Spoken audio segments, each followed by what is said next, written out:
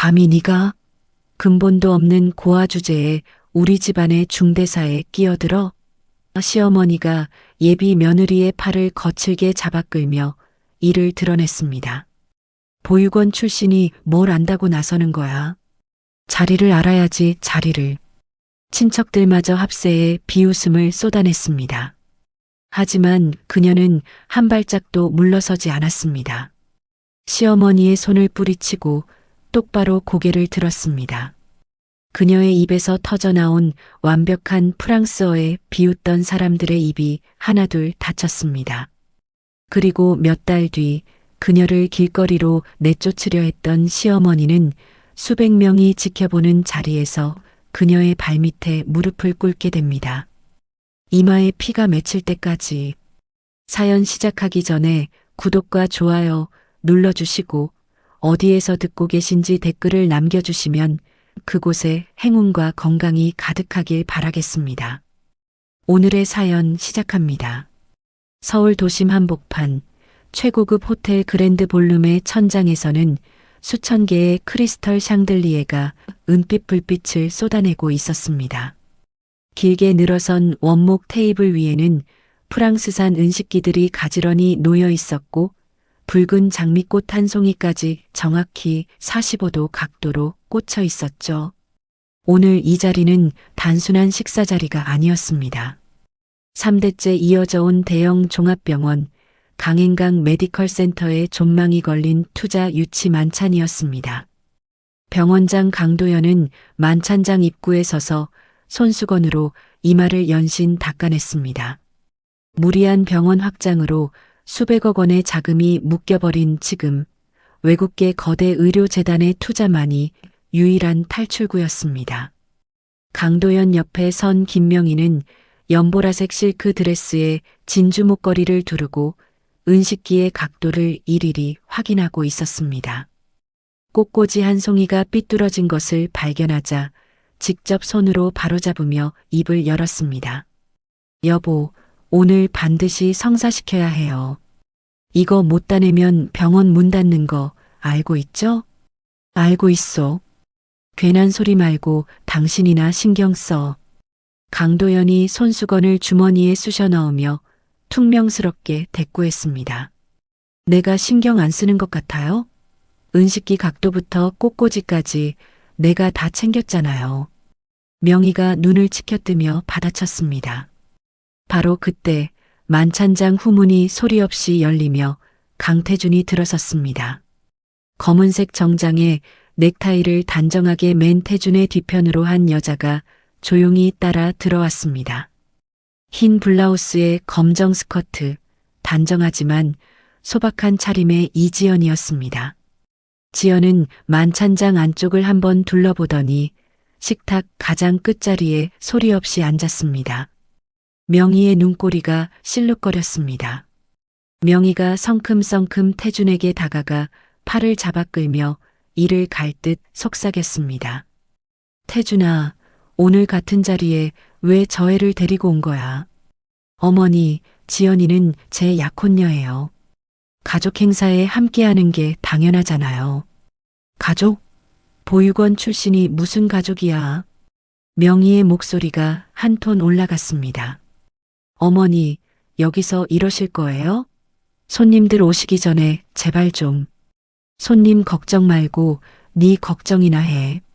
저런 애 데리고 다니면 네 체면이 뭐가 되는지 모르겠니? 제 체면은 제가 알아서 합니다. 태준이 어머니의 손을 조용히 떼어내며 돌아섰습니다. 명희가 지연이 앉은 쪽을 힐끗 노려보며 입술을 깨물었습니다. 오후 7시 정각 만찬장의 정문이 활짝 열렸습니다. 검은 양복을 입은 경호원 4명이 먼저 들어서고 그 뒤를 이어 외국계 의료재단의 BVIP 임원진 5명이 일렬로 입장했습니다. 그들의 표정은 하나같이 돌처럼 굳어 있었고 시선은 칼날처럼 날카로웠습니다. 이 임원진은 통역의 뉘앙스 하나가 마음에 들지 않으면 자리를 박차고 나가 거래를 파기하는 것으로 악명 높은 인물들이었죠. 강도연이 양손을 앞으로 모으며 최대한 온화한 미소를 지어 보였습니다. 어서 오십시오. 먼 길 와주셔서 감사합니다. 하지만 임원진은 고개만 가볍게 까딱했을 뿐 아무런 대꾸 없이 자리에 앉았습니다. 바로 그 순간 강도연의 비서가 새하얀 얼굴로 뛰어들어왔습니다. 비서는 강도연의 귀에 바짝 입을 대고 속삭였습니다. 원장님, 큰일 났습니다. 김통역사가 교차로에서 대형 화물차와 삼중 추돌 사고를 당했습니다. 지금 의식이 없는 상태입니다. 강도연의 얼굴이 순식간에 잿빛으로 변했습니다. 은식기를 쥐고 있던 손가락 끝이 파르르 떨리기 시작했죠. 뭐라고? 지금 그게 말이 돼? 강도연이 비서의 옷깃을 움켜쥐며 목소리를 깔았습니다. 다른 통역사는? 당장 수소문해 봤어? 연락 가능한 분들 전부 돌렸는데 의학 전문 프랑스어와 고급 영어를 동시에 할 수 있는 분이 없습니다. 이 사람아, 그럼 지금 어쩌란 말이야? 강도연의 목소리가 갈라졌습니다. 비서는 고개를 푹 숙인 채 아무 말도 하지 못했습니다. 명희가 다급하게 남편 곁으로 다가왔습니다. 여보, 왜 그래요? 무슨 일이에요? 통역사가 교통사고를 당했소. 의식이 없다고. 뭐라고요? 아니, 오늘 같은 날에 사고를 당해? 그럼 지금 통역할 사람이 없단 말이에요? 그러니까 지금 내가 이 꼴인 거 아니오.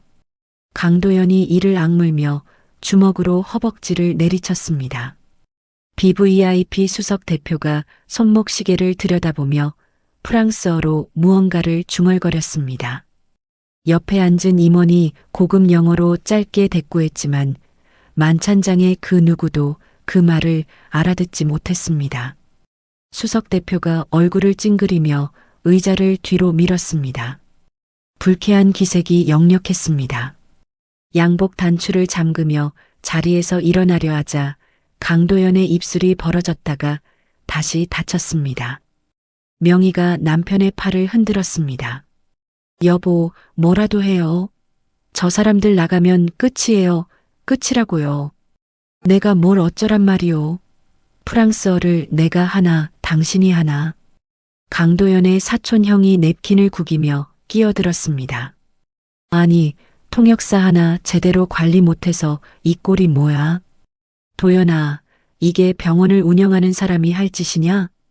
형님, 지금 그런 말 할 때입니까? 만찬장의 공기가 얼음장처럼 싸늘하게 가라앉았습니다. 바로 그때였습니다. 식탁 가장 끝자리에서 의자를 끄는 소리가 났습니다. 모든 시선이 일제히 그쪽으로 쏠렸습니다. 이지연이 자리에서 일어서고 있었습니다. 지연은 블라우스 소매를 가볍게 여미며 똑바른 자세로 강도연을 향해 입을 열었습니다. 아버님, 제가 직접 통역을 해보겠습니다. 만찬장이 얼어붙었습니다. 명희가 벌떡 자리에서 일어났습니다. 진주 목걸이를 움켜쥔 손에 핏줄이 돋아 있었습니다. 뭐라고? 감히 네가? 명희가 지연의 팔을 거칠게 잡아 끌었습니다. 손톱이 지연의 팔뚝에 파고들었지만 지연은 미간 하나 찌푸리지 않았습니다. 근본도 없는 고아 주제에 감히 우리 집안의 중대사에 끼어들어? 당장 나가. 명희가 지연을 문 쪽으로 밀어붙이며 이를 드러냈습니다. 강도연의 사촌 형이 혀를 차며 거들었습니다. 즉, 보육원 출신이 뭘 안다고 나서는 거야. 자리를 알아야지, 자리를. 옆에 앉은 친척 부인이 부채로 입을 가리며 코웃음을 쳤습니다. 아이고, 저런 애가 통역을 해? 프랑스어가 뭔지는 알기나 하나 몰라. 그러게 말이에요. 어디서 굴러들어온 건지. 조롱과 비웃음이 사방에서 쏟아졌습니다. 태준이 벌떡 일어나며 소리쳤습니다. 어머니, 지금 그게 중요해요? 통역할 사람이 없어서 투자가 날아가게 생겼는데. 닥쳐. 저 애가 나서면 더 망해. 고아가 무슨 프랑스어야. 응? 명희가 태준까지 밀어붙이며 악을 썼습니다. 하지만 지연은 명희의 손을 조용히 그러나 단호하게 뿌리쳤습니다. 그리고 한 발짝도 물러서지 않은 채 시선을 돌려 BVIP 임원진을 똑바로 바라봤습니다. 지연의 입술이 열렸습니다. 완벽한 발음과 억양의 프랑스어가 만찬장을 가로질렀습니다. 정중하면서도 품격 있는 인사말이었습니다. 자리에서 일어나려던 수석 대표의 동작이 멈췄습니다. 양복 단추를 잠그던 손이 허공에서 멈춘 채 지연을 뚫어지게 응시했습니다. 수석 대표는 아무 말 없이 천천히 의자를 다시 당겨 앉았습니다. 명희의 입이 반쯤 벌어졌습니다. 친척들의 수군거림도 뚝 멈췄습니다. 지연은 테이블 중앙으로 걸어가며 병원의 핵심 연구 기술과 향후 비전을 설명하기 시작했습니다. 의학 용어와 재무 관련 표현들이 영어와 프랑스어를 넘나들며 거침없이 쏟아져 나왔습니다. 임원진 중 한 명이 날카로운 질문을 던졌습니다. 수익 모델의 허점을 파고드는 매서운 질문이었습니다. 강도연의 이마에 다시 식은땀이 맺혔습니다. 하지만 지연은 눈 하나 깜짝하지 않았습니다. 병원의 재무 구조와 수익 전망을 명확한 논리로 풀어내며 임원진이 우려하는 부분을 하나하나 짚어가며 되물었습니다. 수석 대표가 옆에 앉은 임원에게 프랑스어로 말했습니다. 이 젊은 여성은 대체 누구인가? 우리 재단 출신 통역사보다 훨씬 뛰어나군. 지연이 수석 대표의 말을 알아듣고 미소를 지으며 프랑스어로 답했습니다. 과분한 말씀이십니다. 저는 다만 이 병원의 가치를 정확하게 전달하고 싶을 뿐입니다. 수석 대표의 굳었던 입꼬리가 처음으로 올라갔습니다. 임원진끼리 눈빛을 교환하더니 당초 예정에 없던 추가 투자 조건을 꺼내기 시작했습니다. 아시아 지점 설립까지 긍정적으로 언급하는 목소리가 만찬장에 울려 퍼졌습니다. 최악의 위기가 최고의 기회로 뒤바뀌는 순간이었습니다. BVIP 임원진은 일제히 자리에서 일어나 지연을 향해 힘찬 박수를 보냈습니다. 수석 대표가 직접 샴페인 잔을 들어 올리며 지연에게 건배를 제안했습니다. 명희는 입을 꾹 다문 채 서 있었습니다. 두 눈이 크게 벌어져 있었고 진주 목걸이를 쥔 손가락 마디가 하얗게 질려 있었습니다. 혀를 차며 조롱했던 친척들도 하나같이 고개를 떨구고 있었죠. 태준이 환한 얼굴로 지연에게 다가가 아무 말 없이 손을 꼭 잡아주었습니다. 수고했어. 정말 대단했어. 고마워, 태준아. 손이 아직도 떨려. 지연이 작게 웃으며 속삭였습니다. 태준이 그 떨리는 손을 두 손으로 감싸쥐었습니다. 강도연은 자리에서 벌떡 일어나 비서를 불렀습니다. 당장 투자 가계약서 준비해. 비서가 고개를 깊이 숙이며 뛰어나갔습니다. 그날 밤 수백억 원대의 투자가 확정되었습니다. 강도연은 만찬이 끝난 뒤 태준과 지연을 병원장실로 불렀습니다. 오늘 이 병원을 살린 건 지연이야. 지연이가 아니었으면 오늘 우리 집안은 끝장이었어. 강도연이 무거운 목소리로 말했습니다. 그리고 명희를 향해 돌아섰습니다. 여보, 태준이와 지연이의 결혼을 허락하겠소? 명희의 얼굴이 시뻘겋게 달아올랐습니다.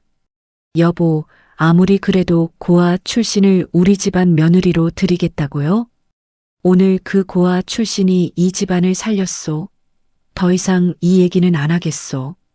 강도연이 손바닥으로 책상을 내리치며 딱 잘라 말했습니다. 명희는 입술을 잇몸이 보일 정도로 깨물며 주먹을 부르르 떨었습니다. 하지만 남편의 단호한 눈빛 앞에서 한마디도 더 꺼내지 못했습니다. 지연은 고개를 숙여 인사했습니다. 지연의 눈가에 맺혀있던 물기가 샹들리에 불빛에 한번 반짝였다가 소리 없이 사라졌습니다. 결혼 승낙을 받은 지 일주일이 지났습니다. 명희는 본가 2층 자신의 방에 틀어박혀 화장대 앞에 앉아 있었습니다. 거울 속에 비친 자신의 얼굴을 노려보던 명희의 손가락이 화장대 위 립스틱을 집어 벽을 향해 내던졌습니다. 만찬장에서 고아 출신 여자에게 당한 굴욕이 일주일째 명희의 속을 갉아먹고 있었습니다. 눈을 감으면 BVIP 임원진이 지연에게 기립박수를 보내던 장면이 떠올랐고 그때마다 명희의 관자놀이가 욱신거렸습니다. 명희가 화장대 서랍에서 수첩을 꺼내며 중얼거렸습니다. 좋아. 내가 직접 못 막으면 전현이 제 발로 나가게 만들면 되지. 명희는 수첩을 펼치고 볼펜을 쥐었습니다. 볼펜 끝이 종이 위에서 빠르게 움직이기 시작했습니다. 며칠 뒤 서울 한남동의 프라이빗 갤러리에서 상류층 사모님들이 주최하는 자선 경매 행사가 열렸습니다. 높은 천장 아래 대리석 바닥이 깔린 갤러리 안에는 수억 원짜리 그림들이 벽면을 채우고 있었고 입구에서부터 진한 향수 냄새가 코를 찔렀습니다. 명희는 지연의 팔을 끌고 갤러리 안으로 들어서며 두꺼운 카탈로그 3권과 명품 가방 2개를 지연의 양팔에 안겼습니다. 이거 들고 따라와. 내려놓지 말고. 어머님, 제가 들겠습니다. 지연이 묵묵히 짐을 받아 안았습니다. 명희는 대답도 하지 않고 성큼성큼 앞서 걸었습니다. 갤러리 안쪽 라운지에는 밍크 코트를 걸친 사모님 5-6명이 샴페인 잔을 기울이며 담소를 나누고 있었습니다. 명희가 환한 미소를 지으며 그 무리 속으로 들어갔습니다. 어머, 명희 씨, 오랜만이에요. 어쩐 일이에요? 이렇게 젊은 분을 데리고 오시고. 사모님 중 한 명이 지연을 위아래로 훑어보며 물었습니다. 아, 이에요? 명희가 지연을 턱짓으로 가리키며 웃었습니다. 우리 태준이 약혼녀인데 보육원 출신이에요. 부모도 없고 친척도 없는 아이를 우리 집안에서 걷어주기로 한 거죠. 명희가 목소리를 한껏 높여 말했습니다. 주변 사모님들의 시선이 일제히 지연에게로 쏠렸습니다. 세상에, 보육원이요? 아이고, 명희 씨는 참 마음이 넓으시네. 그런 아이를 며느리로 받아주시다니. 사모님들이 혀를 차며 고개를 끄덕였습니다. 지연의 귀가 붉게 달아올랐지만 카탈로그를 아는 두 팔에 힘을 주며 고개를 꼿꼿이 세웠습니다. 요즘 시대에 그 정도 배려를 하시는 분이 어디 있어요. 정말 대단하세요, 명희 씨. 대단하긴요. 불쌍한 아이니까 정 베푸는 거죠. 명희가 샴페인 잔을 기울이며 지연을 내려다보았습니다. 지연은 입술을 꾹 다문 채 아무 말도 하지 않았습니다. 손톱이 카탈로그 표지에 하얀 자국을 남길 만큼 깊이 파고들었지만 표정만은 흔들리지 않았습니다. 경매 행사가 끝나고 갤러리를 나선 명희는 호텔 카페로 지연을 데려갔습니다. 창밖으로 한강이 내려다 보이는 자리에 마주 앉자마자 명희가 핸드백에서 서류 봉투 하나를 꺼내 탁자 위로 밀었습니다. 이게 뭔지 알아? 지연이 봉투를 열어보았습니다. 안에는 빼곡하게 적힌 예단 리스트가 들어있었습니다. 다이아몬드 세트 3억, 강남 아파트 전세금 12억, 명품 예물 세트 2억. 지연이 리스트를 읽어내려가며 눈을 가늘게 떴습니다. 어머님, 이 금액이면 총 20억이 넘습니다. 그래서 뭐가 문제야? 명희가 팔짱을 끼며 턱을 치켜들었습니다. 우리 집안 며느리가 되겠다면서 이 정도도 못 맞춰? 이걸 못 가져오면 결혼은 없는 거야. 알겠어? 어머님, 솔직히 여쭤보겠습니다. 이 리스트에 있는 다이아몬드 세트를 예물로 올리시면 증여세 과세 대상이 됩니다. 지연이 리스트의 한 항목을 손가락으로 짚으며 말했습니다. 뭐? 명희의 미간이 찌푸려졌습니다. 그리고 여기 이 아파트 전세금 항목은 자금 출처 소명을 하셔야 합니다. 신고 없이 이 금액을 주고받으면 세금 문제가 생깁니다. 네가 그걸 왜 따져? 명희가 탁자를 손바닥으로 내리쳤습니다. 커피잔이 달그락 소리를 내며 흔들렸습니다. 어머님을 위해서 말씀드리는 겁니다. 이 리스트대로 진행하시면 어머님께서 곤란해지실 수 있습니다. 지연이 리스트를 접어서 명희의 탁자 위로 조용히 밀어놓았습니다. 명희의 얼굴이 귀 밑까지 시뻘겋게 달아올랐습니다. 커피잔을 쥔 손이 부들부들 떨리고 있었죠. 인연이 감히 시어머니한테 훈수를 둬? 명희가 이를 갈며 자리에서 벌떡 일어났습니다. 하지만 지연은 흔들림 없는 시선으로 명희를 올려다보며 입을 열었습니다. 훈수가 아닙니다. 어머님. 사실을 말씀드린 겁니다. 명희는 핸드백을 낚아채며 카페를 나갔습니다. 굽 높은 구두가 대리석 바닥을 찍어대는 소리가 복도 끝까지 울렸습니다. 그날 밤 명희는 본가 서재에서 병원 인사팀장에게 전화를 걸었습니다. 창밖에는 가을비가 유리창을 두들기고 있었습니다. 팀장 나야. 이지연이라고 알지? 통번역 에이전시 소속 프리랜서. 네, 사모님. 알고 있습니다. 그 여자 이름으로 투서 하나 만들어 대형 로펌 계약건에서 치명적인 오역을 저질렀다는 내용으로 그리고 관련 거래처들에 다 뿌려. 사모님, 그건 좀 못하겠어? 명희의 목소리가 얼음장처럼 차가워졌습니다. 아들 인사권이 내 손에 있는 거 알지? 내년 승진 심사 때 내 이름이 어디에 올라가는지는 네 학위에 달렸어. 인사팀장은 한참 동안 아무 말도 하지 못했습니다. 수화기 너머로 무거운 한숨소리만 흘러나왔습니다. 알겠습니다, 사모님. 인사팀장이 힘없는 목소리로 대답했습니다. 명희는 전화를 끊으며 입꼬리를 올렸습니다. 며칠 뒤부터 지연의 세계가 무너지기 시작했습니다. 대형 로펌에서 먼저 계약 파기 통보가 날아왔습니다. 다음 날에는 외국계 기업 2곳에서 동시에 프리랜서 계약을 해지했습니다. 일주일도 안 되어 지연의 주요 거래처 7곳이 전부 등을 돌렸습니다. 지연은 텅 빈 원룸 책상 앞에 앉아 통장 잔고를 확인했습니다.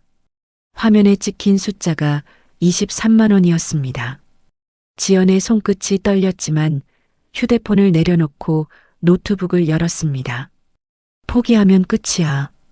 내가 직접 찾으면 돼. 지연은 밤새 해외 번역 에이전시들에 직접 이메일을 보내기 시작했습니다. 새벽 4시, 5시, 창밖이 부옇게 밝아올 때까지 키보드 소리가 멈추지 않았습니다. 지연은 명희가 배후에 있다는 것을 알고 있었습니다. 하지만 이 사실을 태준에게 말하면 태준이 가문과 등을 질 것이 분명했습니다. 지연은 입술을 깨물며 혼자 삼켰습니다. 그런데 태준은 이미 움직이고 있었습니다. 평소와 다르게 야위어가는 지연의 얼굴이 신경 쓰였던 태준은 병원 내부 전산망을 뒤져 인사팀에서 외부로 발송된 투서 원본 파일을 발견했습니다. 태준은 그 서류를 움켜쥐고 곧장 본가로 향했습니다. 현관문을 발로 걷어차듯 열고 들어선 태준의 눈이 핏줄로 가득 차 있었습니다. 명희는 거실 소파에 앉아 다과를 즐기고 있었습니다. 은쟁반 위에 마카롱과 홍차가 가지런히 놓여 있었죠. 태준이 성큼성큼 다가가 다과상을 두 손으로 밀어 엎어버렸습니다. 은쟁반이 대리석 바닥에 부딪히며 날카로운 소리를 냈고 홍차가 카펫 위로 쏟아졌습니다. 어머니, 이게 뭡니까? 태준이 투서 서류를 명희의 얼굴 앞에 들이밀었습니다. 지연이 에이전시에 날조된 투서를 뿌린 게 어머니 짓이죠? 거래처를 다 끊어놓은 것도. 명희가 홍차가 튄 드레스를 내려다보며 이를 드러냈습니다. 그래, 내가 했다. 그래서 어쩔 건데? 어쩌냐고요? 어머니, 지연이는 먹고 살 돈도 없어요. 통장에 20만 원밖에 안 남았다고요. 잘 됐네. 돈 없으면 제 풀에 꺾여서 나가겠지. 명희가 코웃음을 치며 소파에 등을 기대었습니다. 태준의 턱 근육이 돌처럼 굳었습니다. 두 주먹을 불끈 쥔 채 어머니를 내려다보며 낮고 단단한 목소리로 말했습니다. 어머니, 한 번만 더 지연이한테 이런 짓 하시면 저는 병원 후계자 자리 내려놓겠습니다. 그리고 이 집안과 영원히 인연을 끊겠습니다. 명희의 눈이 휘둥그레졌습니다. 입술이 벌어졌다가 다치기를 3번이나 반복했습니다. 뭐라고? 네가 지금 엄마한테 그게 무슨 소리야? 저 진심입니다. 지연이 한 번만 더 건드리시면 다신 이 집 문턱 안 밟습니다. 태준이 돌아서서 현관으로 향했습니다. 명희가 소파에서 벌떡 일어나 아들의 등을 향해 소리쳤습니다. 강태준, 돌아와. 당장 돌아오라고. 하지만 태준은 뒤돌아보지 않았습니다. 현관문이 쿵 하고 닫혔습니다. 명희는 텅 빈 거실에 홀로 서서 카펫 위에 쏟아진 홍차 웅덩이를 내려다보았습니다. 두 손이 부들부들 떨리고 있었습니다. 이틀 뒤 명희가 지연에게 직접 전화를 걸었습니다. 지연아, 나야. 네, 어머님. 내가 좀 심했다는 건 안다. 하지만 우리 집안 며느리가 되려면 능력을 증명해 봐야 하지 않겠니? 지연은 수화기를 쥔 손에 힘을 주며 가만히 듣고 있었습니다. 병원 VIP 병동에 중동 왕족 환자가 한 명 있어.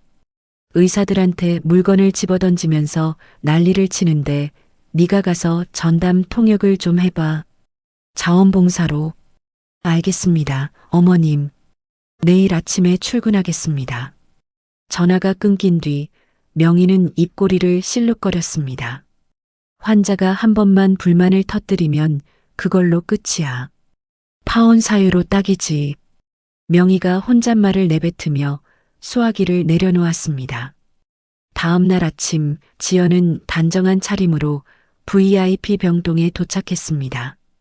병동 복도에는 깨진 유리컵 파편이 흩어져 있었고 간호사 2명이 울먹이며 복도를 빠져나가고 있었습니다. 지연은 그 모습을 보고도 발걸음을 멈추지 않았습니다. 밤새 환자의 종교적 율법과 문화적 배경을 조사하여 직접 작성한 맞춤형 의료 통역 매뉴얼을 가슴에 안고 병실 문을 열었습니다. 복도 끝 모퉁이에 숨어서 병실 쪽을 지켜보던 명희의 입가에 음흉한 미소가 걸려 있었습니다. 2시간 뒤 병실 문이 열렸습니다. 밖으로 나온 것은 울며 도망치는 지연이 아니었습니다. 환자의 보좌관이 환한 얼굴로 나와 병원 행정실에 거액의 기부금을 전달하겠다고 말했습니다. 이 병원에서 받은 의료 서비스는 최고였습니다. 특히 저 통역사분, 우리 전하께서 극찬하셨습니다. 복도 끝에서 이 광경을 지켜보던 명희의 음흉한 미소가 순식간에 얼어붙었습니다. 명희는 입술을 깨문 채 돌아서서 병동을 빠져나갔습니다. 굽 높은 구두 소리가 텅 빈 복도에 메마르게 울렸습니다. 병원 창립 기념일이 돌아왔습니다. 강행강 메디컬 센터가 세워진 지 40년이 되는 해였고 정재계 인사가 총출동하는 병원 최대의 행사였습니다. 호텔 대연회장 입구에는 붉은 카펫이 깔렸고 금빛 조명이 천장에서 쏟아져 내렸습니다. 턱시도와 이브닝 드레스를 차려입은 하객 수백 명이 샴페인 잔을 들고 삼삼오오 모여 있었죠. 명희는 오늘을 위해 특별히 준비한 카드가 있었습니다. 연회장 정문이 열리자 명희의 팔짱을 낀 여자가 모습을 드러냈습니다. 검은 벨벳 드레스에 다이아몬드 귀걸이를 한 혜린이었습니다. 태준의 전 맞선녀이자 라이벌 대형 병원장의 외동딸이었죠. 명희는 혜린의 팔을 끼고 연회장 안을 누비며 내빈들에게 혜린을 소개하기 시작했습니다. 이 아이가 바로 우리 태준이와 잘 어울리는 혜린이에요. 서울대 출신의 아버지가 대형 병원장이시죠. 아이고, 이렇게 예쁘고 집안도 좋은 아가씨가 어디 있어요. 내빈들이 연신 감탄하며 혜린의 손을 잡았습니다. 명희 씨, 태준이 약혼녀가 바뀐 거예요? 뭐, 아직 확정은 아닌데. 명희가 의미심장한 미소를 지으며 말꼬리를 흐렸습니다. 혜린이 입가에 여유로운 미소를 걸며 고개를 살짝 숙여 인사했습니다. 그 시각 지연은 연회장 구석 기둥 뒤에 서 있었습니다. 정식 초대장을 받지 못한 지연은 태준이 겨우 마련해준 일반 참석 명단에 이름을 올려 간신히 입장할 수 있었습니다. 소박한 연보라색 드레스를 입은 지연은 기둥에 등을 기댄 채 명희와 혜린이 내빈들 사이를 누비는 모습을 말없이 지켜보고 있었습니다. 혜린이 연회장을 한 바퀴 돈 뒤 지연을 발견했습니다. 혜린의 눈이 지연의 소박한 드레스를 위아래로 훑쳤습니다. 혜린이 샴페인 잔을 집어들고 지연에게 다가갔습니다. 어머, 이 구석에 누가 있나 했더니 태준 씨 약혼녀라는 분이시죠? 혜린이 고개를 갸웃하며 입꼬리를 올렸습니다. 네, 이지연입니다. 지연이 고개를 가볍게 숙여 인사했습니다. 아, 보육원 출신이시라면서요? 명희 어머님한테 들었어요. 혜린이 눈웃음을 지으며 지연의 드레스를 손끝으로 건드렸습니다. 드레스가 참 소박하시네요. 어디서 사신 거예요? 혹시 동대문? 파티에서 중요한 건 옷이 아니라 사람이라고 생각합니다. 지연이 담담하게 대답했습니다. 혜린의 눈꼬리가 실룩거렸습니다. 그래요? 그런데 옷이 사람을 만든다는 말도 있잖아요.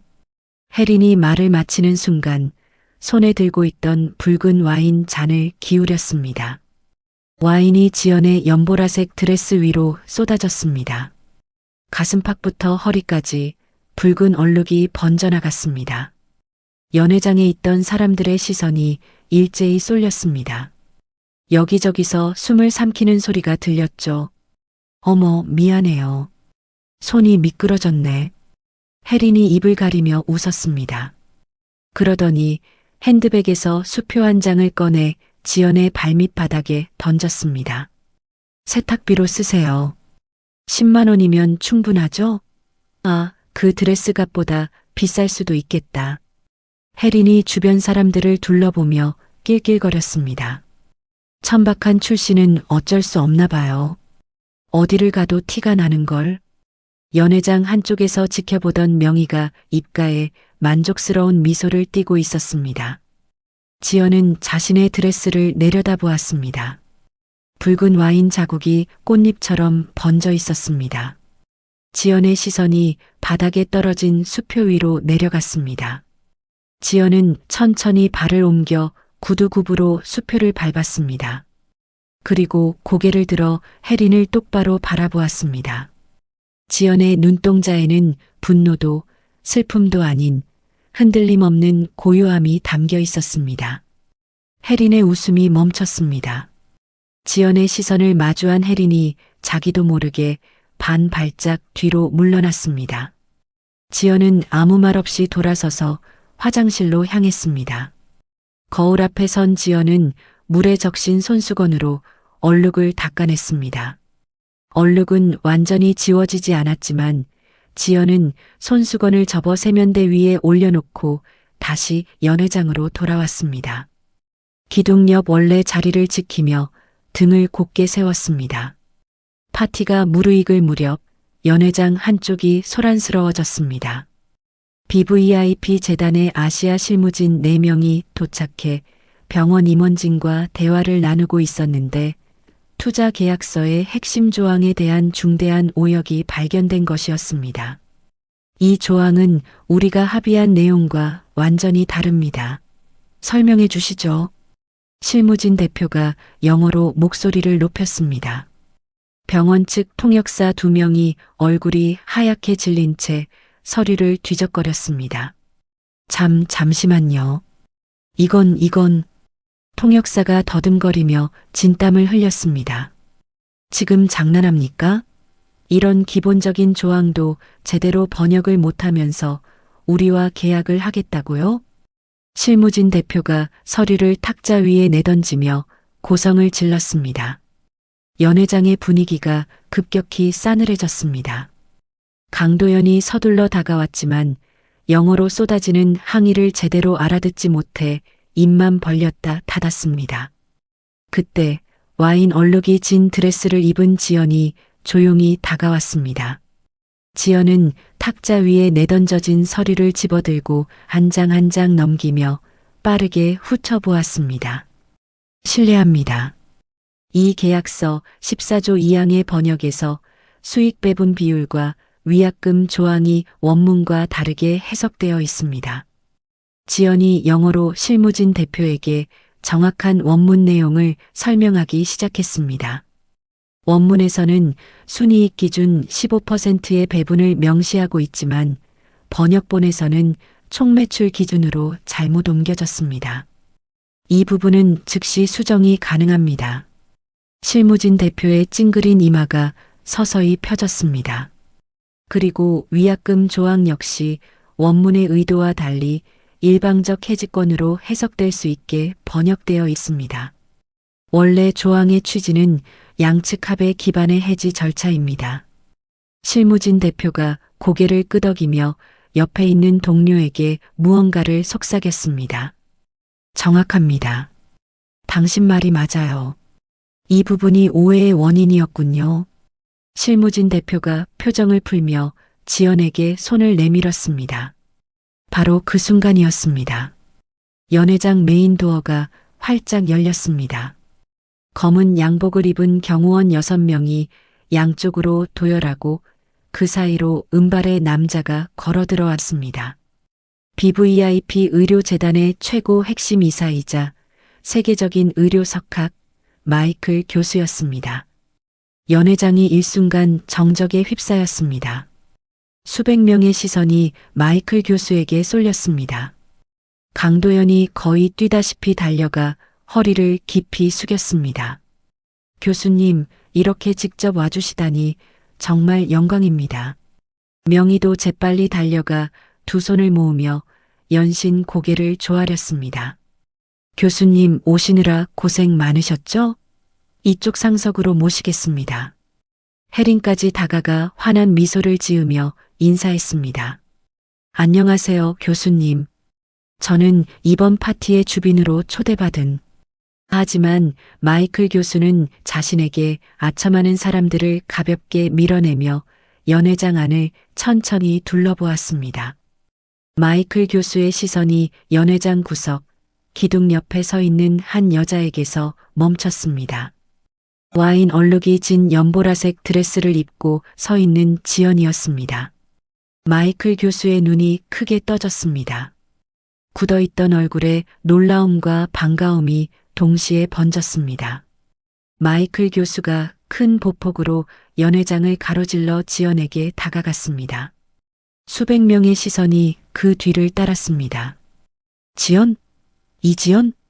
마이클 교수가 떨리는 목소리로 지연의 이름을 불렀습니다. 지연이 고개를 들었습니다. 마이클 교수의 얼굴을 확인한 지연의 눈이 둥그렇게 커졌습니다. 교수님, 마이클 교수가 두 팔을 벌려 지연을 포옹했습니다. 수백 명의 정재계 인사들이 지켜보는 한가운데서였습니다. 세상에 정말 너구나. 10년 전 아프리카 봉사 현장에서 내 논문을 밤낮 없이 번역해주던 그 20살짜리 소녀. 마이클 교수가 지연의 어깨를 잡고 한 발짝 떨어져 얼굴을 살폈습니다. 교수님, 그동안 안녕하셨어요? 지연의 목소리가 미세하게 떨렸습니다. 안녕하다마다. 하지만 너는 왜 이 구석에 서 있는 거야? 그리고 이 드레스에 묻은 건 뭐지? 마이클 교수의 시선이 지연의 드레스에 번진 붉은 와인 자국 위에 멈췄습니다. 마이클 교수의 표정이 순식간에 굳어졌습니다. 천천히 고개를 돌려 연회장 안을 둘러보았습니다. 명희와 혜린이 서 있는 쪽을 번갈아 보더니 입꼬리가 아래로 내려갔습니다. 마이클 교수가 지연을 향해 다시 돌아서며 목소리를 높였습니다. 여러분, 잠깐 제 이야기를 들어주십시오. 웅성이던 연 회장이 조용해졌습니다. 이 자리에 계신 분들은 아마 모르실 겁니다. 10년 전 아프리카 의료봉사 현장에서 20살의 한국인 소녀가 있었습니다. 국제 NGO 전액 장학생이었던 그 소녀는 낮에는 봉사 현장을 누비고 밤에는 잠도 자지 않고 제 의학 논문을 번역해 주었습니다. 마이클 교수가 지연의 손을 잡아 올렸습니다. 이 소녀의 천재적인 번역이 없었다면 제 연구 성과는 세상의 빛을 보지 못했을 겁니다. 그 소녀가 바로 여기 서 있는 이지연입니다. 연 회장의 탄성이 터져 나왔습니다. 마이클 교수의 눈이 지연의 얼룩진 드레스에 다시 한번 머물렀습니다. 그리고 명희를 향해 돌아섰습니다. 마이클 교수의 시선이 차갑게 가라앉았습니다. 실례지만 제 소중한 파트너가 이 자리에서 어떤 대우를 받고 있는 건지 묻고 싶군요. 명희의 얼굴이 하얗게 질렸습니다. 입술이 벌어졌지만 아무 소리도 나오지 않았습니다. 혜리는 자신이 하늘처럼 모시려던 세계적인 거물이 지연의 손을 잡고 서 있는 광경에 뒷걸음질을 쳤습니다. 다이아몬드 귀걸이가 흔들리고 샴페인 잔을 쥔 손가락이 하얗게 질려 있었습니다. 마이클 교수가 연회장 중앙에 놓인 마이크를 집어들었습니다. 한 가지 더 발표할 것이 있습니다. 우리 재단은 현재 막대한 자본을 투입해 아시아 지부 설립을 추진하고 있습니다. 이 프로젝트의 총책임자로 이지연을 임명하고 정권을 위임하겠습니다. 연 회장이 술렁였습니다. 여기저기서 놀란 숨소리와 수군거림이 퍼졌습니다. 이건 오래전부터 결정된 일이었습니다. 이지연만큼 이 일을 해낼 수 있는 사람은 세상에 없습니다. 마이클 교수가 마이크를 내려놓으며 지연을 바라보았습니다. 지연은 말없이 고개를 깊이 숙여 인사했습니다. 입술이 미세하게 떨리고 있었지만 눈빛만은 맑고 단단했습니다. 연 회장의 권력 구도가 순식간에 뒤집힌 순간이었습니다. 병원의 생사여 탈권을 쥔 마이클 교수가 고아 출신 예비 며느리를 절대적인 파트너로 공표한 것이었습니다. 명희는 연 회장 한쪽 벽에 등을 기댄 채 입술을 깨물고 있었습니다. 진주 목걸이를 움켜쥔 손이 사시나무처럼 떨렸습니다. 혜리는 얼굴이 창백해진 채 뒷문 쪽으로 슬금슬금 빠져나가고 있었습니다. 태준이 환한 얼굴로 지연에게 다가가 손을 꼭 잡았습니다.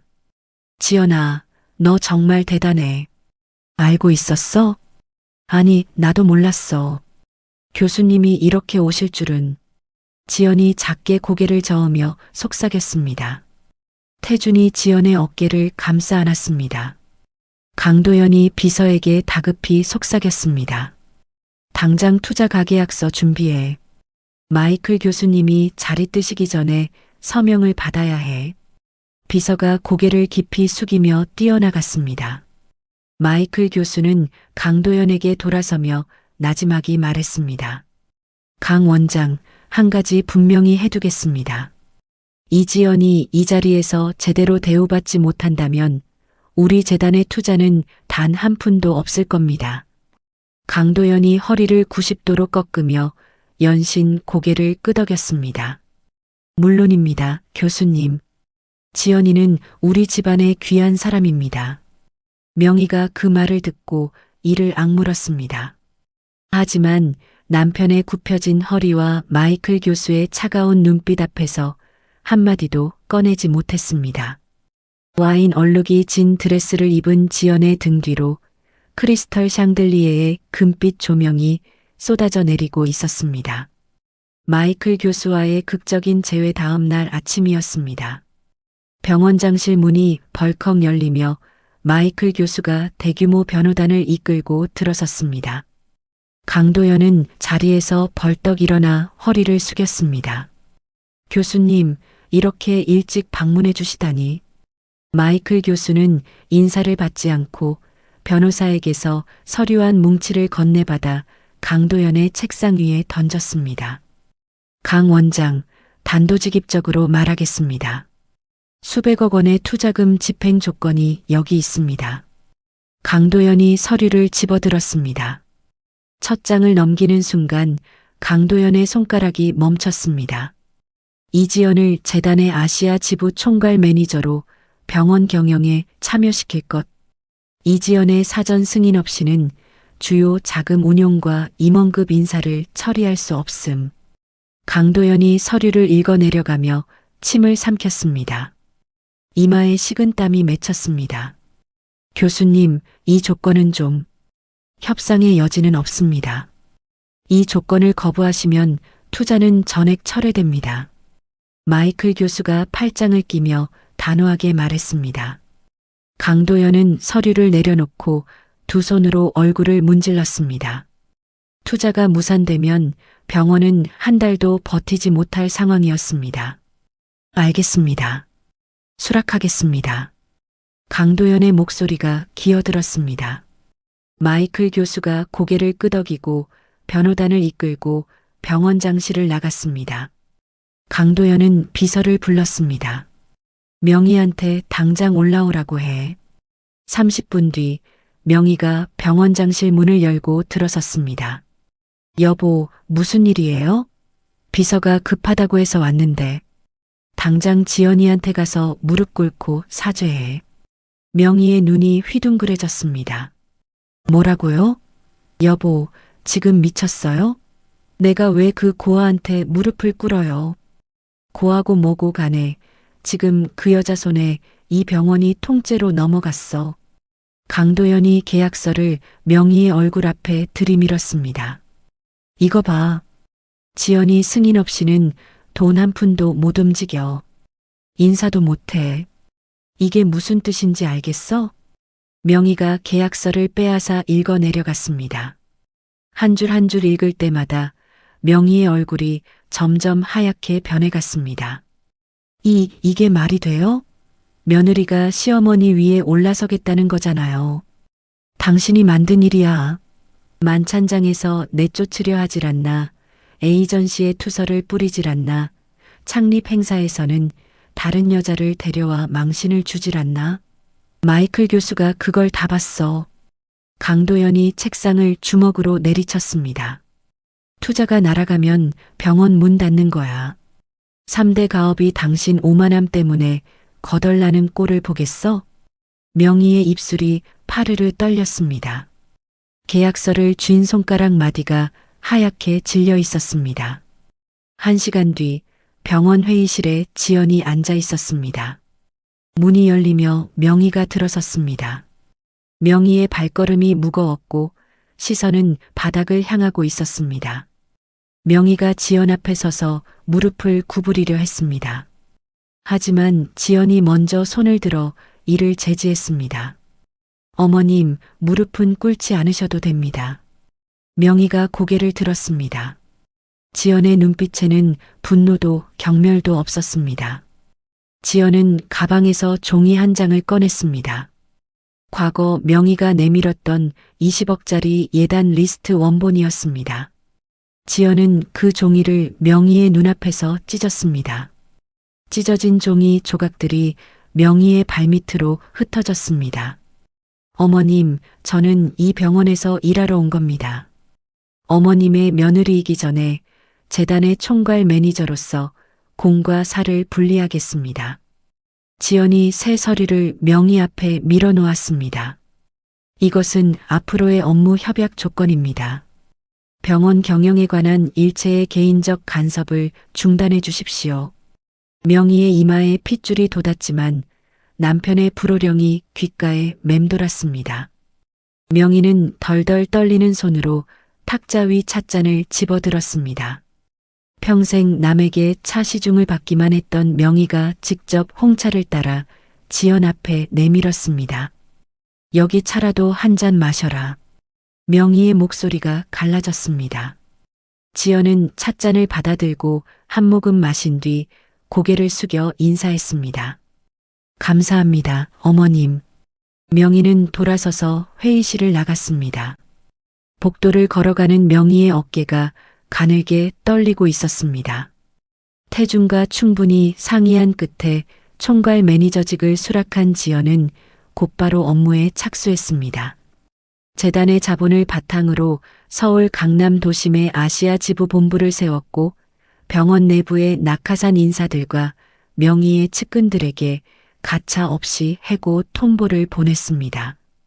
사모님이 심어놓은 사람인데 잘라도 되겠습니까? 인사팀장이 조심스럽게 물었습니다. 실력으로 평가합니다. 실력이 안 되면 누구든 나가야죠. 지연이 서류에서 눈을 떼지 않은 채 대답했습니다. 지연은 실력파 젊은 의사들과 해외 전문가들로 독자적인 글로벌 기획팀을 꾸렸습니다. 해외 선진 의료기기와 신약 시스템을 병원에 독점 도입하는 성과를 올렸고 병원의 매출은 석 달 만에 2배로 뛰었습니다. 지연의 전폭적인 지원 덕분에 어머니의 간섭에 시달리던 태준 역시 흉부외과 최연소 과장으로 올라섰습니다. 두 사람은 시댁이 마련해 주려던 신혼집을 거절하고 지연이 재단에서 받은 계약금으로 펜트하우스를 마련했습니다. 어느 날 오후 지연은 사무실 모니터에 띄운 CCTV 화면을 바라보고 있었습니다. 화면 속에는 과거 지연을 조롱했던 상류층 사모님들과 친척들이 비서실 앞에 줄을 서서 재단 자선 파티 초대권을 구걸하고 있었습니다. 비서가 문을 열고 들어왔습니다. 매니저님, 강 원장님, 사촌 형수님이 초대권을 부탁하셨는데요.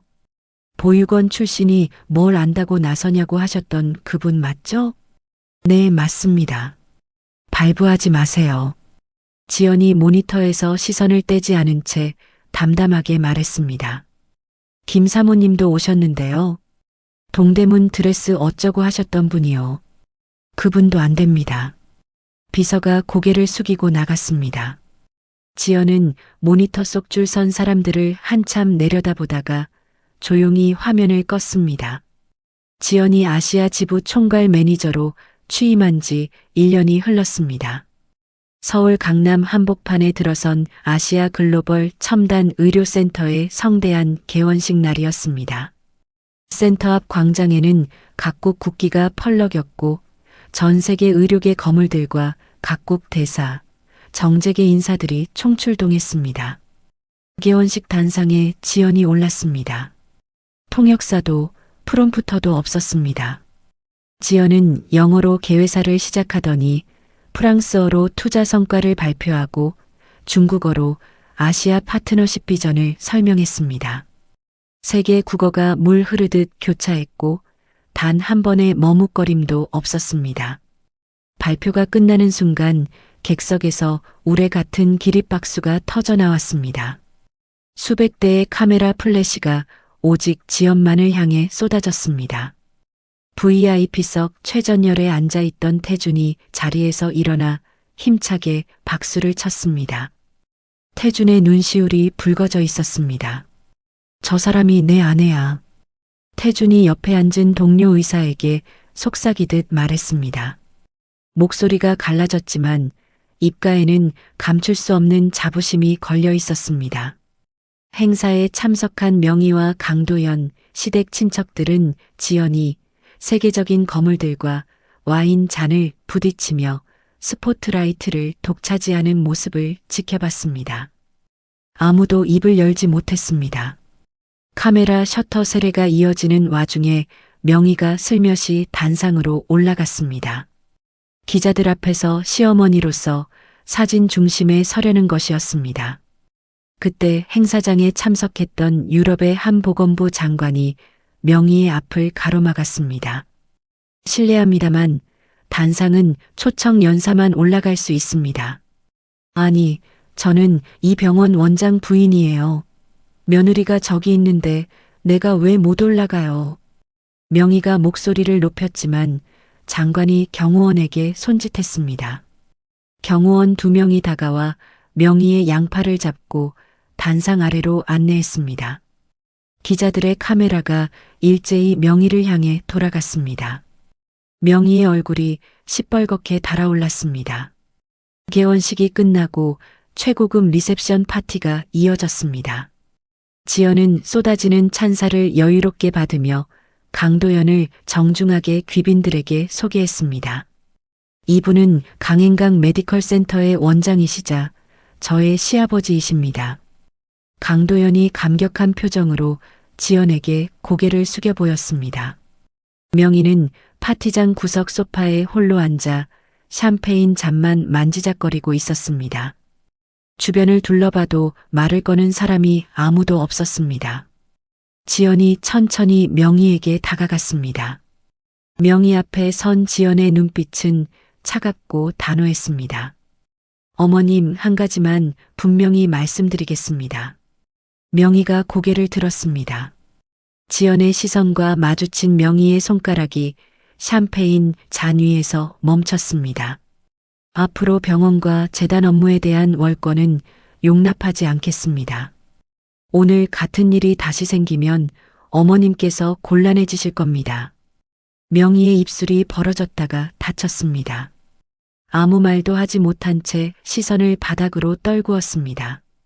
지연은 돌아서서 파티장 중앙으로 걸어갔습니다. 며칠 뒤 지연은 시아버지의 병원 이사회에 재단 측 수석 이사 자격으로 참석했습니다. 긴 회의 테이블에 임원들이 줄지어 앉아 있었습니다. 지연이 서류 뭉치를 테이블 위에 올려놓았습니다. 이것은 지난 5년간 병원 내부에서 관행적으로 이루어진 부당거래 내역입니다. 약품 납품 단가 부풀리기, 장비 구매 과정의 뒷돈 수수, 전부 기록되어 있습니다. 임원진의 얼굴이 하얗게 질렸습니다. 오늘부로 이 모든 관행을 폐지합니다. 이해 있으신 분? 아무도 입을 열지 못했습니다. 지연의 결제 도장 없이는 병원의 작은 비품 하나도 바꿀 수 없는 완벽한 권력 장악이 이루어진 순간이었습니다. 주말이 되자 태준과 지연은 모든 일정을 비우고 차를 몰았습니다. 도착한 곳은 지연이 자란 보육원이었습니다. 낡은 건물 앞에 새로 세워진 현판에는 이지연 장학재단이라는 글씨가 새겨져 있었습니다. 보육원 원장 수녀가 지연의 두 손을 꼭 잡았습니다. 지연아, 네가 이렇게 커서 돌아올 줄은 정말 몰랐다. 수녀님, 저 여기서 밥 먹고 자고 공부했잖아요. 그때 수녀님이 안 계셨으면 저는 아무것도 못했을 거예요. 지연의 목소리가 떨렸습니다. 울긴, 네가 어릴 때부터 얼마나 독했는데. 새벽 4시에 일어나서 영어 테이프 듣던 거 기억나지? 그때 테이프가 늘어져서 수녀님 몰래 교무실에서 새 테이프 가져왔던 거 아세요? 이런, 이제 와서 자백하는 거야? 수녀가 웃으며 지연의 등을 토닥였습니다. 아이들이 우르르 몰려나와 지연과 태준을 둘러쌌습니다. 태준이 아이들 눈높이에 맞춰 쪼그려 앉아 청진기를 꺼내 보여주었습니다. 자, 누가 먼저 심장 소리 들어볼래? 저요. 아이들이 손을 번쩍 들며 태준에게 달려들었습니다. 지연은 그 모습을 바라보며 소리 없이 눈물을 훔쳤습니다. 가슴 깊이 품어왔던 응어리가 천천히 녹아내리는 것 같았습니다. 그날 저녁 두 사람은 바닷가 별장으로 향했습니다. 모래사장 위에 나란히 앉아 모닥불을 바라보았습니다. 파도 소리만이 고요하게 울렸습니다. 태준아, 고마워. 뭐가? 내 편이 되어줘서. 처음부터 끝까지. 태준이 지연의 어깨를 감싸 안으며 말했습니다. 앞으로도 그럴 거야. 평생. 모닥불의 붉은 빛이 두 사람의 얼굴 위에서 따뜻하게 일렁였습니다. 평화로운 나날이 계속되던 어느 가을날이었습니다. 강행강 메디컬 센터를 호시탐탐 노리던 라이벌 병원장이 마침내 칼을 빼들었습니다. 혜린의 아버지이자 거대 기업형 병원의 수장, 그가 수개월간 치밀하게 준비한 함정이 터진 것이었습니다. 그날 새벽 라이벌 병원장의 사주를 받은 브로커 3명이 병원 야간 경비의 눈을 피해 태준의 연구실과 병원장실 비밀 금고에 침투했습니다. 조작된 거액의 로비 장부와 불법 의료기기 대장을 금고 안쪽 깊숙이 심어놓고 새벽이 밝기도 전에 검찰에 익명고발장을 접수했습니다. 아침 9시 수십 명의 검찰 수사관들이 병원 로비로 들이닥쳤습니다. 영장을 내밀며 컴퓨터 하드디스크를 뽑아내고 서류를 박스째 쓸어 담았습니다. 환자들이 복도에서 웅성거리기 시작했고 간호사들은 어쩔 줄 모르며 서로의 얼굴만 쳐다봤습니다. 강도연이 병원장실에서 뛰쳐나왔습니다. 이게 무슨 짓이오? 영장 내용이 뭐요? 의료기기 불법 유통 및 거액 로비 혐의입니다. 협조해 주십시오. 수사관이 차가운 목소리로 대답하며 금고를 열었습니다.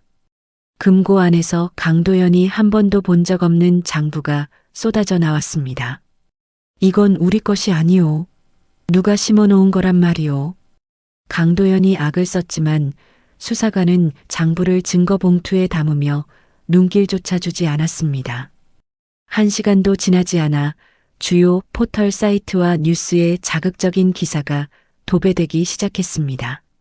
살인병원, 비리온상, 환자 생명으로 장사하는 의사 집안. 댓글은 수만 개가 달렸고 여론은 걷잡을 수 없이 악화되었습니다. 입원 환자들이 썰물처럼 빠져나갔습니다. 투자자들의 자금 회수 통보가 쏟아졌고 거래 은행들은 대출 회수 통지서를 보내왔습니다. 병원은 설립 이래 최악의 부도 위기에 직면했습니다.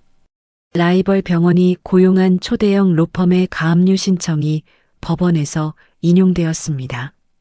강도연의 병원 자산은 물론 명의의 본가 저택 현관문에까지 붉은색 경매 딱지가 붙었습니다. 집행관들이 거실 소파와 찬장에 딱지를 붙이는 모습을 지켜보던 명의가 비명을 질렀습니다. 안 돼. 이 집은 안 돼. 여기는 우리 집이라고. 명의가 집행관의 팔을 붙잡고 매달렸지만 집행관은 무표정하게 다음 가구로 이동했습니다. 명의의 눈이 뒤집히며 거품을 물고 거실 바닥에 쓰러졌습니다. 태주는 이 모든 사태를 수습하기 위해 며칠 밤낮을 새웠습니다.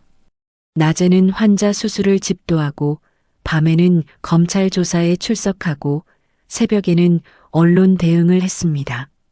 그날 오후 병원 로비에는 라이벌 병원의 사주를 받은 악성 시위대와 기자들이 진을 치고 있었습니다.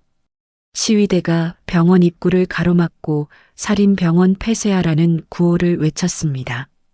태준이 로비를 가로질러 수술실로 향하던 그 순간이었습니다. 태준의 발걸음이 멈췄습니다. 왼쪽 가슴을 움켜쥔 태준의 얼굴이 새하얗게 질렸습니다. 태준의 무릎이 꺾이며 차가운 로비 바닥 위로 쓰러졌습니다. 급성 심근경색이었습니다. 태준 선생님, 태준 선생님. 간호사가 비명을 지르며 달려왔습니다. 태준은 즉각 응급실로 실려갔습니다. 당장 심장 수술을 받아야 하는 초응급 상황이었습니다. 하지만 수술을 집도할 수 있는 최고 전문의들이 한 명도 남아있지 않았습니다. 라이벌 병원장이 태준의 수술을 집도할 수 있는 권위자들만 골라 파격적인 조건으로 스카우트에 갔거나 뇌물수사 협박으로 발을 묶어버린 것이었습니다. 지연이 응급실로 뛰어왔습니다.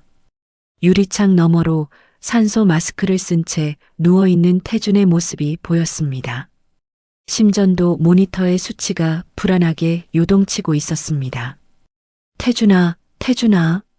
지연이 유리창을 두 손으로 짚으며 소리쳤습니다.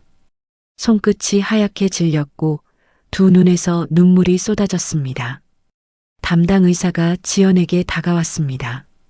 매니저님, 지금 수술을 집도할 수 있는 전문의를 구하지 못하면 오늘 밤을 넘기기 어렵습니다. 지연의 다리에서 힘이 빠졌습니다. 벽에 등을 기대고 천천히 주저앉았습니다. 하지만 지연은 바닥에 주저앉은 채로 눈물을 닦아냈습니다. 주머니에서 휴대폰을 꺼내 마이클 교수의 긴급 연락처를 눌렀습니다. 교수님, 저 지연입니다. 태준이가 쓰러졌습니다. 급성 심근경색인데 수술할 의사가 없습니다. 제발 도와주십시오. 지연의 목소리가 갈라졌지만 한마디 한마디에 간절함이 담겨 있었습니다. 전화를 끊은 지연은 자리에서 일어났습니다. 눈물 자국이 남은 얼굴 위로 차갑고 단단한 눈빛이 돌아왔습니다. 바로 그때 응급실 복도 끝에서 낯익은 얼굴이 나타났습니다. 라이벌 병원장이 양복 주머니에 손을 찌른 채 느릿느릿 걸어오고 있었습니다. 그 뒤에는 변호사 2명이 서류 가방을 들고 따라오고 있었죠. 이 매니저, 남편이 위독하다면서? 안 됐군. 라이벌 병원장이 혀를 차며 서류 봉투를 지연 앞에 내밀었습니다. 소송 전부 취하해 줄게.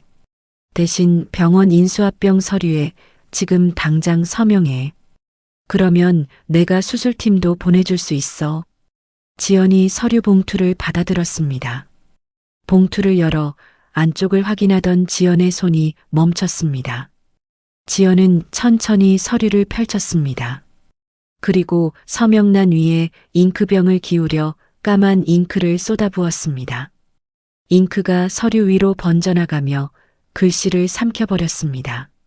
지연은 젖은 서류를 양손으로 갈갈이 찢어버렸습니다. 당신이 무슨 짓을 했는지 전 세계에 밝혀내겠습니다. 법의 심판대에 세워드릴 테니 기다리세요. 지연의 목소리는 낮았지만 응급실 복도 전체를 울릴 만큼 서늘했습니다. 라이벌 병원장의 입꼬리가 실룩거렸습니다. 하지만 지연의 눈빛과 마주한 순간 웃음이 얼어붙었습니다. 태준이 중환자실에 입원한 다음 날 아침 8시였습니다.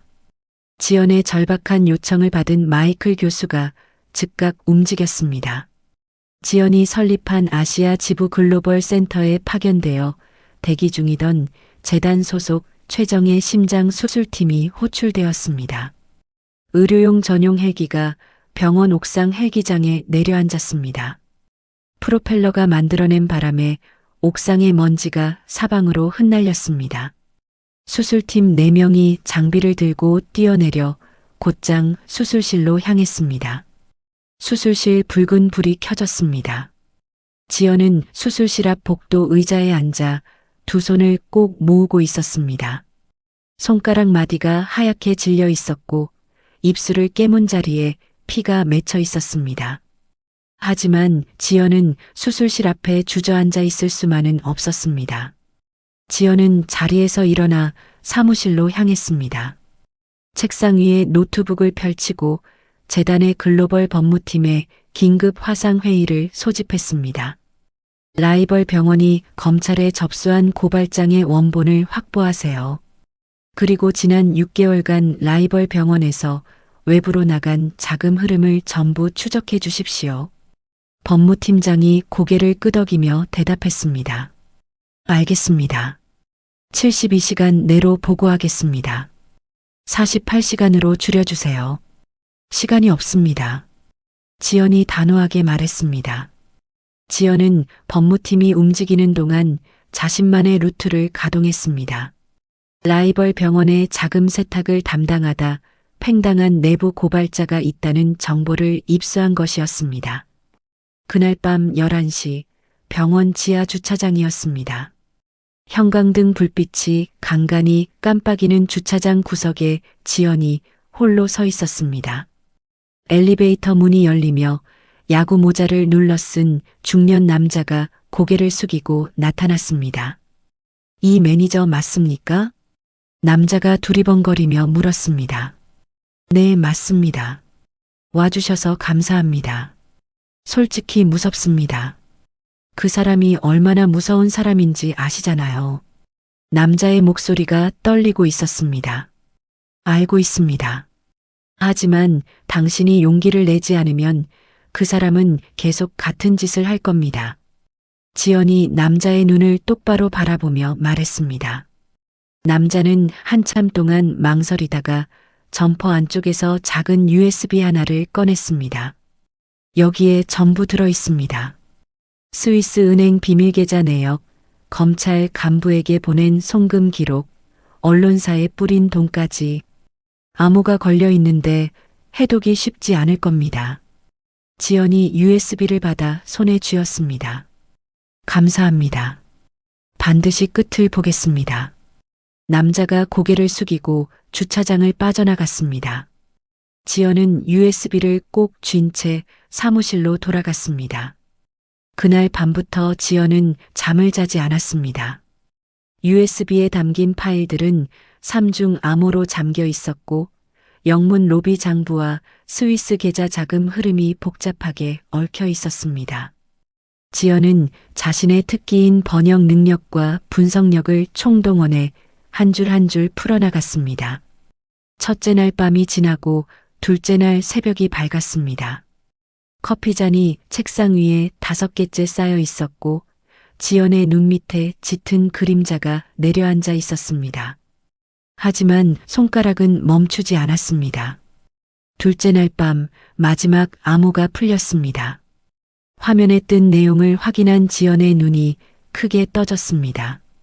라이벌 병원장이 검찰 고위 간부 3명에게 수억 원을 송금한 내역이 날짜별로 정리되어 있었습니다. 언론사 데스크에 가짜 뉴스를 사주하며 보낸 돈의 흐름까지 고스란히 드러났습니다. 전부 페이퍼 컴퍼니를 통해 세탁한 자금이었습니다. 잡았다. 지연이 나지막이 중얼거렸습니다. 바로 그때 휴대폰이 울렸습니다. 수술실에서 온 전화였습니다. 매니저님, 수술이 성공적으로 끝났습니다. 강태준 과장님이 고비를 넘기셨습니다. 지연의 손에서 휴대폰이 미끄러질 뻔했습니다. 두 눈에서 눈물이 쏟아졌지만 금세 손등으로 닦아냈습니다. 감사합니다. 정말 감사합니다. 지연은 전화를 끊고 깊은 숨을 내쉬었습니다. 그리고 곧바로 노트북 앞으로 돌아와 법무팀에 연락했습니다. 기자회견을 준비해 주세요. 국내외 대형 언론사 100곳에 초청장을 보내십시오. 장소는 아시아 지부 본부 메인홀입니다. 다음 날 오후 아시아 지부 본부 메인홀에 100여 명의 기자들이 몰려들었습니다. 전 세계 생중계 카메라가 단상을 향해 줄지어 있었습니다. 지연이 단상에 올랐습니다. 이틀간 잠을 자지 못한 얼굴이었지만 눈빛만은 칼날처럼 날카로웠습니다. 오늘 이 자리에서 강행강 메디컬 센터에 대한 모든 혐의가 조작되었다는 증거를 공개하겠습니다. 지연이 리모컨을 누르자 대형 스크린에 스위스 은행 계좌 내역이 떠올랐습니다. 송금 날짜, 금액, 수신자 이름이 세계 국어로 번역되어 선명하게 표시되어 있었습니다. 이것은 라이벌 병원장이 검찰 고위 간부와 언론사 데스크에 뇌물을 살포한 송금 내역입니다. 모두 페이퍼 컴퍼니를 통해 세탁되었습니다. 기자들의 카메라 셔터가 미친 듯이 터져나왔습니다. 지연이 다음 버튼을 눌렀습니다. 스피커에서 남자의 목소리가 흘러나왔습니다. 장부는 금고 안쪽에 넣어. 새벽에 움직여야 CCTV에 안 걸려. 검찰 쪽은 내가 이미 손 써놨으니까 걱정 마. 라이벌 병원장의 목소리였습니다. 메인홀이 술렁였습니다. 기자들이 일제히 자리에서 몸을 앞으로 기울였습니다. 이 녹음은 라이벌 병원장이 브로커에게 증거 조작을 지시한 통화 내용입니다. 원본 파일은 이미 특검 측에 제출되었습니다. 지연의 목소리는 차분했지만 메인홀 전체를 압도하고 있었습니다. 기자회견이 끝나자 여론이 순식간에 뒤집혔습니다. 강행강 메디컬 센터에 쏟아지던 비난은 라이벌 병원을 향한 분노로 바뀌었습니다. 기자회견 직후 특검이 구성되었습니다. 승리를 확신하며 자택에서 축배를 들고 있던 라이벌 병원장의 현관문이 부서지듯 열렸습니다. 긴급 체포 영장입니다.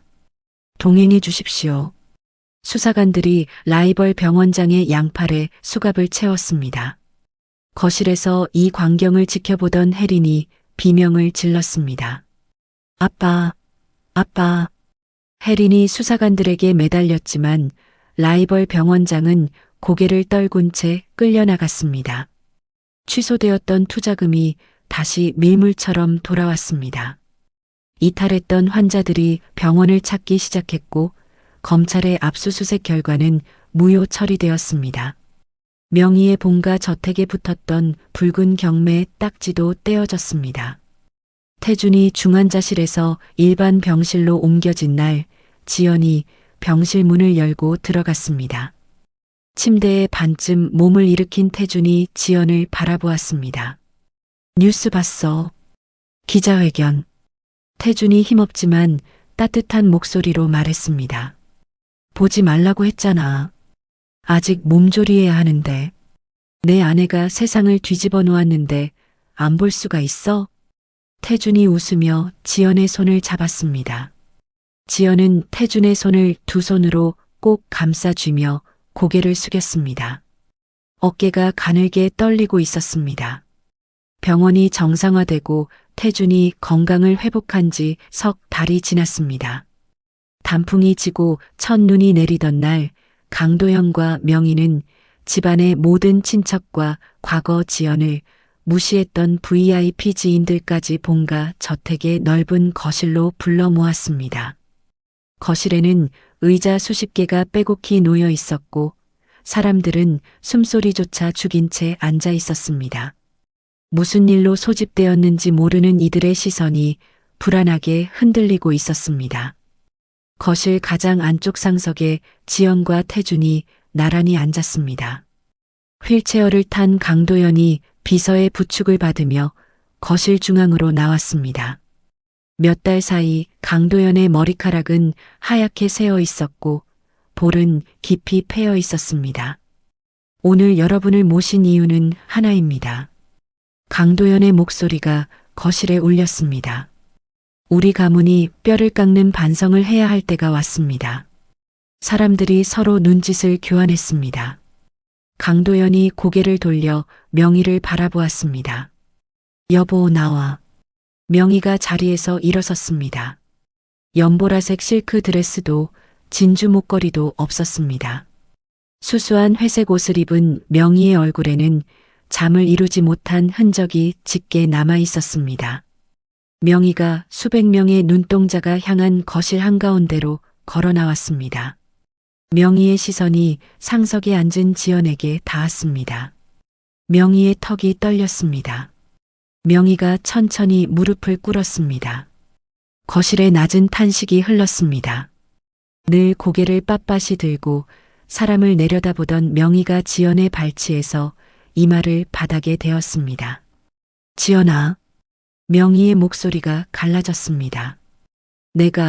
내가 너한테 한 짓을 생각하면 죽고 싶다. 명희가 이마를 바닥에 찧었습니다. 둔탁한 소리가 조용한 거실에 울렸습니다. 만찬장에서 네 팔을 잡아 끌고 내쫓으려 했지. 갤러리에서 짐을 들게 하고 사모님들 앞에서 고하라고 망신을 줬어.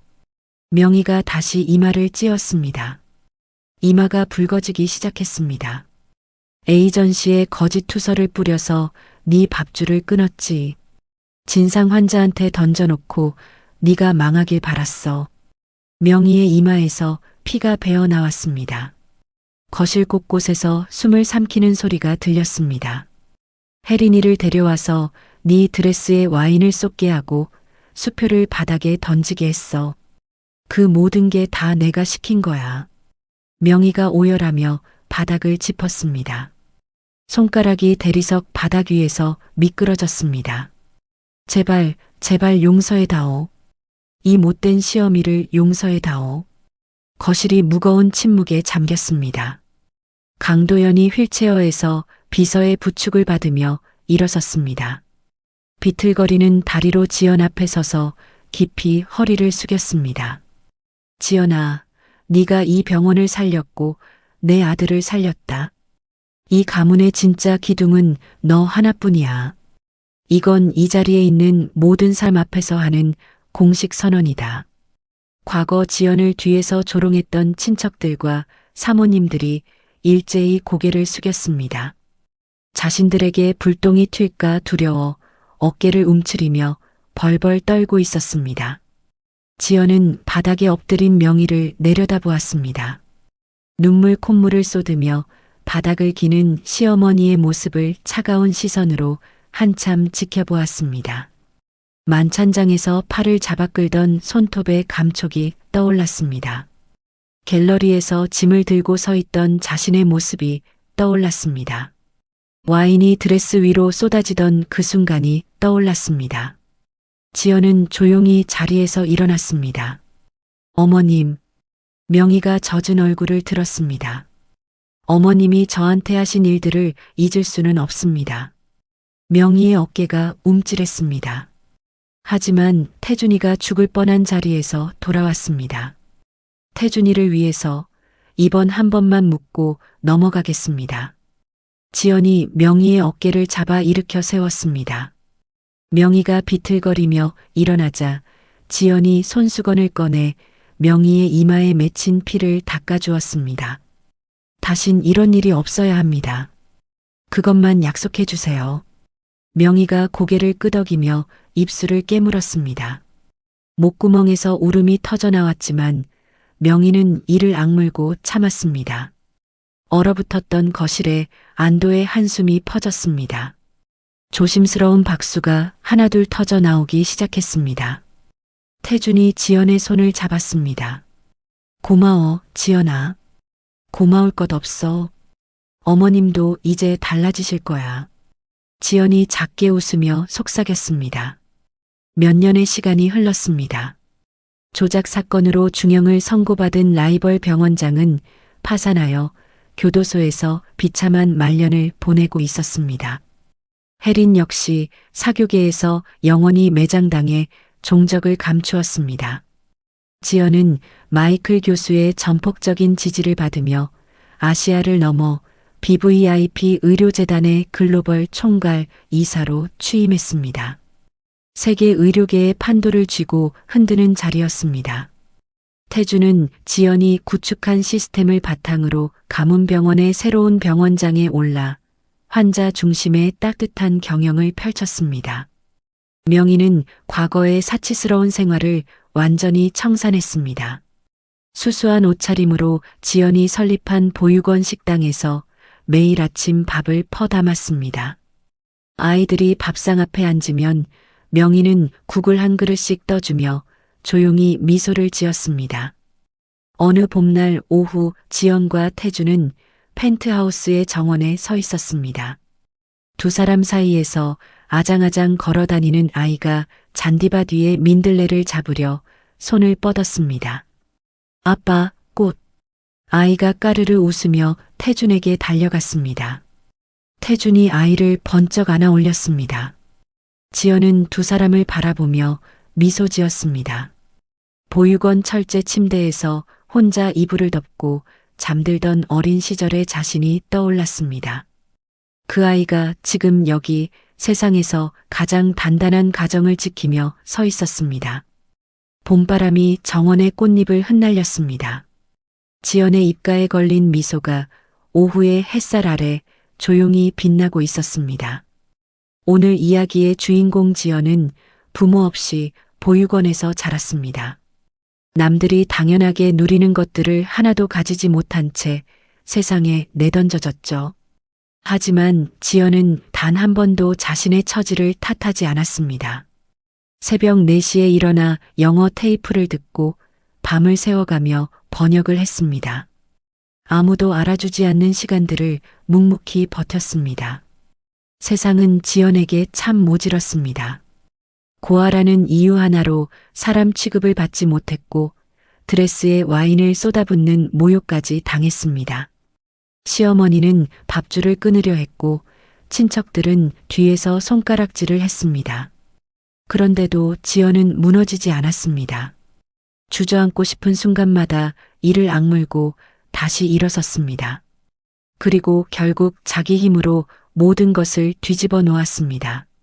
사람의 가치는 어디서 태어났느냐가 아니라 어떻게 살아가느냐에 달려 있다는 것을 지연이 온몸으로 보여주었습니다. 출신이 사람을 만드는 게 아닙니다.